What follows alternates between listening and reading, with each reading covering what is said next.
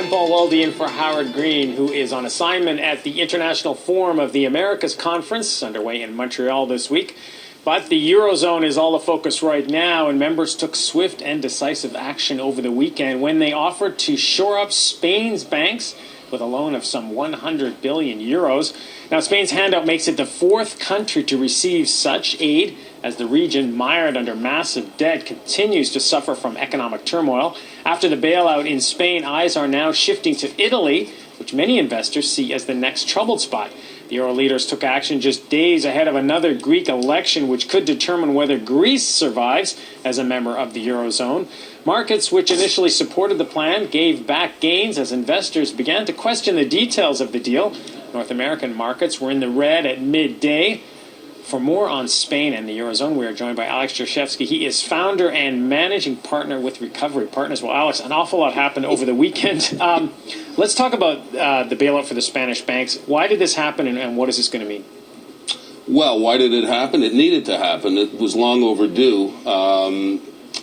10 days ago, the Spanish government and the bankers were saying that they didn't need a bailout. Mm-hmm. It's been obvious for some time that the entire Spanish banking system was a complete mess, largely due to this overbuilding, failed construction projects, overinvestment in that sector, overenthusiasm. Will this be enough is the main question.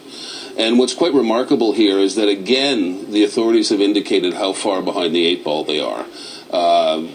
A few months ago, for example, the amount touted to bail out the entire Eurozone banking problem, including the Italian banks that are in trouble, the French banks, the Germans, everybody, the Spanish, was estimated to be about 120 billion euro. Now we come down to this point here with the Spanish, and we're told that Spain alone needs 100 billion euro. Whether this builds confidence or erodes it over the immediate term, I don't really know. I think there was an initial surge overnight when the thing was announced. Markets have fallen back. Whether markets will retain some measure of confidence that this is a good patch, that it's going to be durable, I think is still open. It's a question that's still very much open. Mm-hmm. Now, Spain's situation is not the same as Greece, and I don't even think it's the same as Italy. Is it comparable to what happened in the U.S. with the housing bubble and the housing crisis there?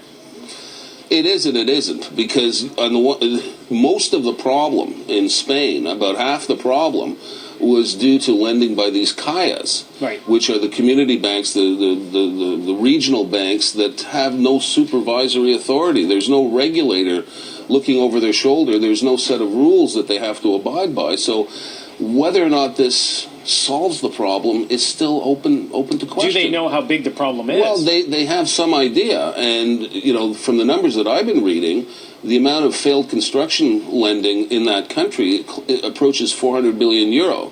So whether 100 is going to patch that is very, very much open to question. There's been a false market in real estate in Spain. By that I mean banks who own these loans have been trading them amongst each other in an effort to keep the prices up. That's been going on for about 3 years. So the waters are extremely muddy, and it's not clear to us that this 100 is going to be enough based on the numbers that we've been looking at for 3 years. Now, in the U.S. and, of course, in Britain and elsewhere, we saw governments become involved in banks, sometimes taking ownership positions in banks, taking over banks, et cetera, et cetera. Is that happening in Spain? Is that going to happen in Spain? Well, again, we don't know. I mean, the government has forced a large merger of a bunch of these CAIAs into a group that's now called Bankia. And this whole latest round in the crisis in Spain was prompted by the fact that the Bankia recapitalization was flubbed by the government. And so that caused a crisis of confidence, and now we're here. It's still an extremely fraught situation. To my way of thinking, this hasn't solved much. It's only opened the door to more questions. And again, here I want to emphasize: we've been saying for some time now that the actions of the policymakers since the onset of the GFC has constrained their future policy flexibility by encumbering government balance sheets and central bank balance sheets with more and more liabilities.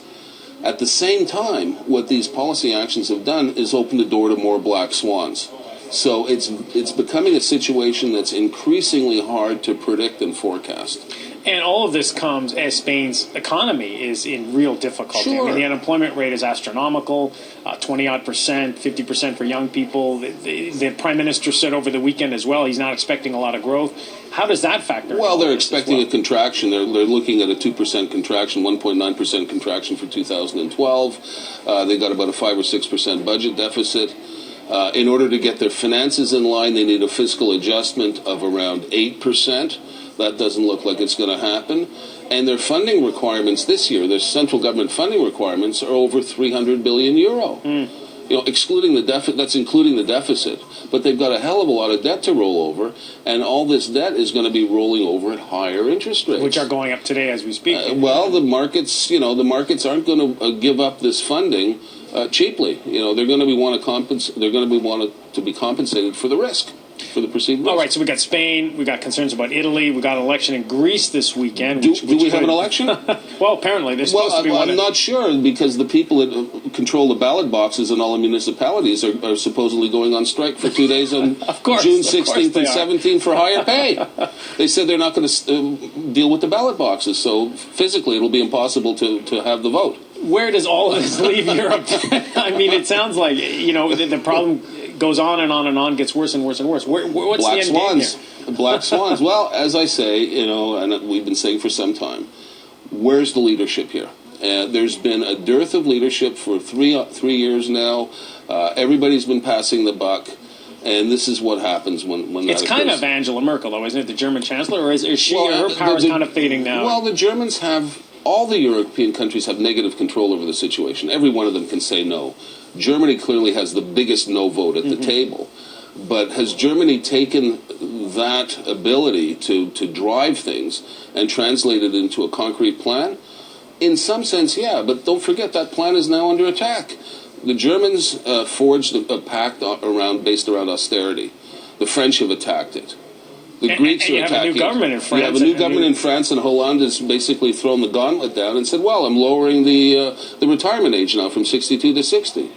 And let's see about our budget. Right. We've got the next round of elections coming up. He's clearly appealing to those populist sentiments. But what that's doing is eroding the entente cordiale that had been established between Sarkozy and Merkel.